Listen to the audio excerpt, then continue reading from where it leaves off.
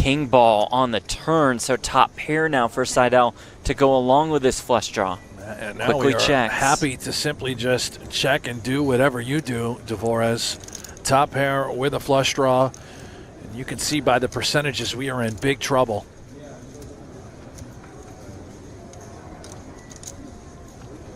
How much, if we're Dvorak, do we give credit to Seidel for only having a queen here? Maybe he did elect a c-bet and he has now turned a king. Either way, I suspect we take this up between 600,000 and 700,000. Here we go, 725. 25,000. Seidel now all of a sudden very curious, thinking, all right, well, this doesn't make much sense. He's called the flop. Floats don't make a lot of sense unless it's a hand like 6-5 of spades, 4-5 of spades. Nothing but 6 or 5 high, electing to tell a story representing a hand like King Queen. Erik knows that Queen X would never really bet. Ace Queen or Queen Jack. Seidel makes the call, now 2.5 million in this pot. It's threes full of sevens now for Dvorak. And this, considering there's 2.5 in the middle, Seidel with 2.6 behind, Dvorak 2.4, I have to believe we're moving all in. And Seidel is going to have the toughest decision of his tournament right here, right now. 10 seconds.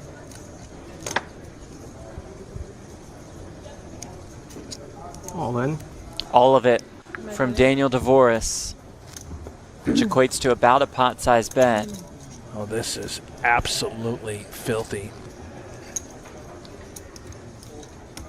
He raised pre, Dvorak called on the button with the threes.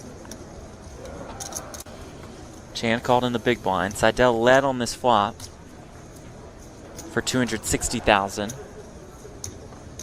Dvorak just called. Seidel checked the turn. Dvorak bet 725,000. Seidel made the call, and here we are on this river. Seidel checks. Dvorak is all in for 2.4 million. Not going to get much as far as a physical tell is concerned now to Dvorak. And very rarely do you see a great player, Erik Seidel, take this much time. This is an unbelievably difficult decision, essentially for his entire tournament life.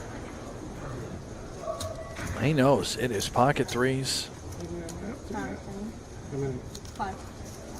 He knows it is 5 so far. maybe quad sevens. Another hand worth consideration is, could he potentially have just called with aces for whatever reason on the button, and he knows that aces up is good, targeting a hand like King Queen.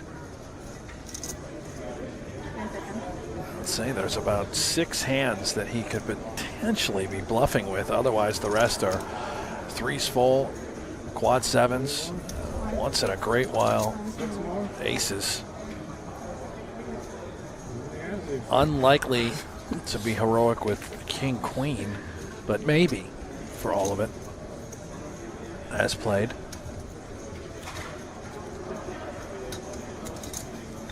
You get 9 time banks a day, but your unused ones do carry over. Seidel has now used more than 9 in this one hand.